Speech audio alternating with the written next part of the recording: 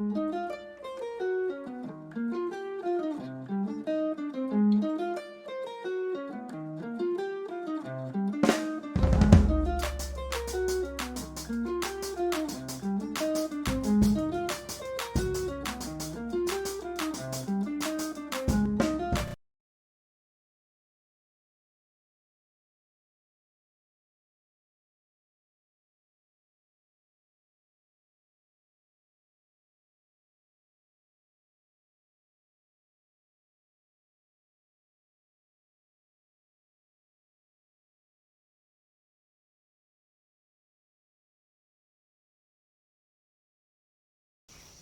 a token of very baby new potatoes. We weeded out a volunteer potato and then had some little tiny potatoes. I figured. Potato collector, Mark. And it's just, how did you get into solar energy and cooking? What's your current projects, if you got anything going on? And what do you think the future is for like promoting? So I'll just ask kind of those in between and riff on them. So I try not to have a script or anything. So okay. I guess I started solar cooking in 91. Okay. And that's when my parents moved out into this area, north central Kentucky, and we moved into an off-the-grid log cabin. And so we started exploring solar cookers at that point. And it was just a practical thing to do in terms of living off the grid, because we didn't have to build a fire to cook, or it didn't heat up the house. And so that was kind of the origin of how I started. And then I met Andy. Did you want to take over? Yeah, I moved to Kentucky from New York in 1992, and I was doing an internship with Appalachia Science in the Public Interest, which had done work with solar cookers in past years, and they had written a technical paper about solar cookers, and they had a solar event in the fall of 1992, and Mark's mom and one of his sisters came and set up their solar ovens, and that was the first time I'd seen a solar oven, and we became friends at that event, and then I guess about a year later, ASPI, the group I was working for, was contacted by a Catholic congregation of nuns working in Arequipa, Peru. And ASPI did work with appropriate technology, and the director, Al Fritsch, was a Jesuit priest. And so he had a connection to these sisters working in Peru, and they contacted him because they wanted to explore, they wanted someone to come to Arequipa and show them how to make and use solar ovens. And so Al got off the phone and he said to me, "Andy, this is for you. You should go to Peru." And I said, "Al, I don't know anything about solar ovens and I don't speak Spanish." He said, "Oh, you should go anyway." So I sent a letter to Mark and his family, and I said, Save me. "This opportunity to go to Peru, and you guys know how to use solar ovens." So Mark wrote me back and he said, "Well, I'll go with you, but I won't go instead of you."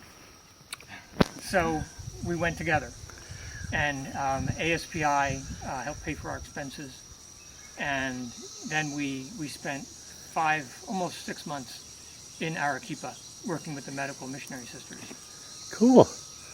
And we picked up Joseph Radabau's book, Heaven's Flame, before we left. And Or you did. I'm very thankful for that.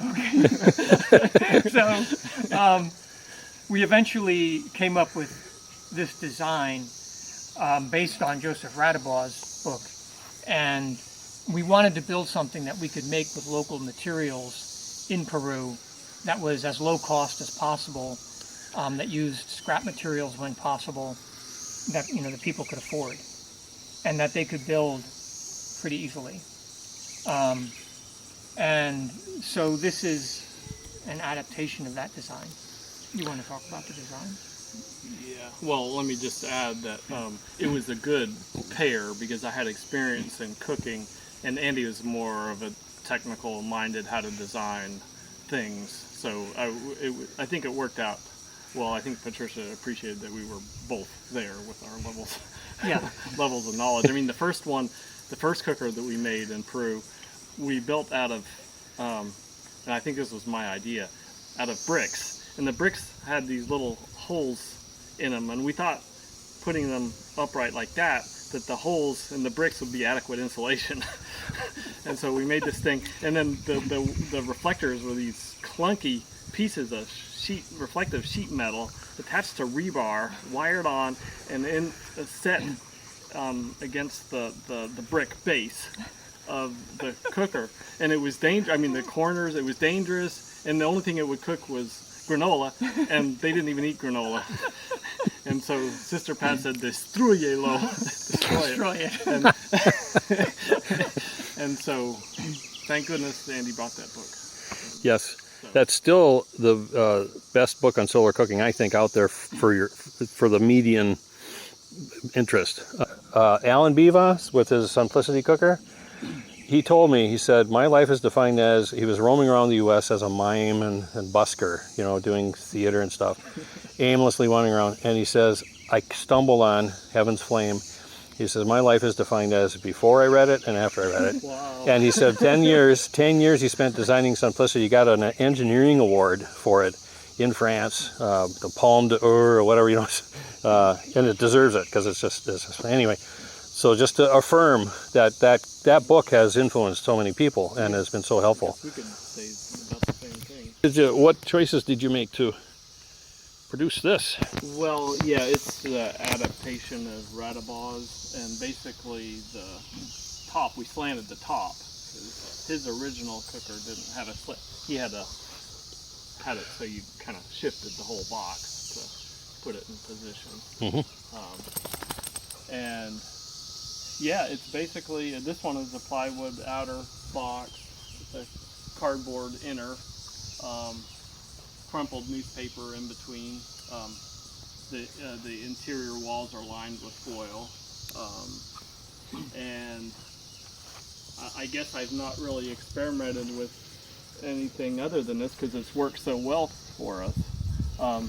In fact, a couple of years ago we had to replace our propane gas stove after 17 years, and this is a couple of years older than that, and it's still going. They just had to replace the inner box once, and you know, I've done some touch up, replaced the foil and painted it and repainted the bottom tray, but it just works and works and works. And And it's a basic kind of a garden equipment cart. yeah, and this is an improvement that happened this spring. It should have happened 20 years ago because it's so much easier to move it around.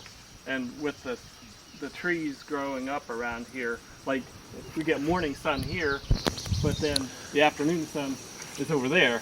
And so before, it'd have to take the reflectors off, pick up the cooker, and move it. But this is, but it's just something that I just kept delaying and delaying and delaying. But it's very nice. Plus, we get frequent rain storms, and it's nice to be able to pull it up to shelter. Sure. Pocket with the sun. So, yeah, what's the insulation?